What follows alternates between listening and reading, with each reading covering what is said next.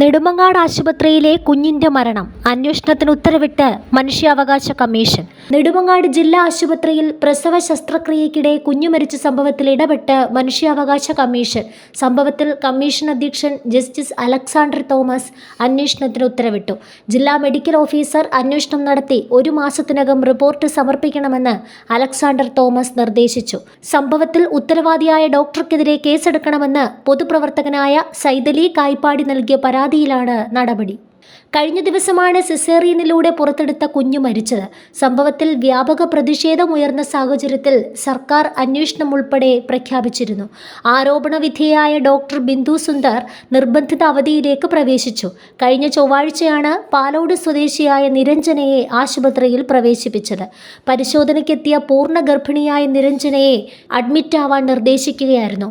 രാവിലെ 4 മണിയോടെ ലേബർ റൂമിലേക്ക് കൊണ്ടുപോയി. ഉച്ചയ്ക്ക് 2 മണിയോടെ സിസേറിയൻ നടത്തി കുഞ്ഞിനെ പുറത്തേക്കെടുത്തു.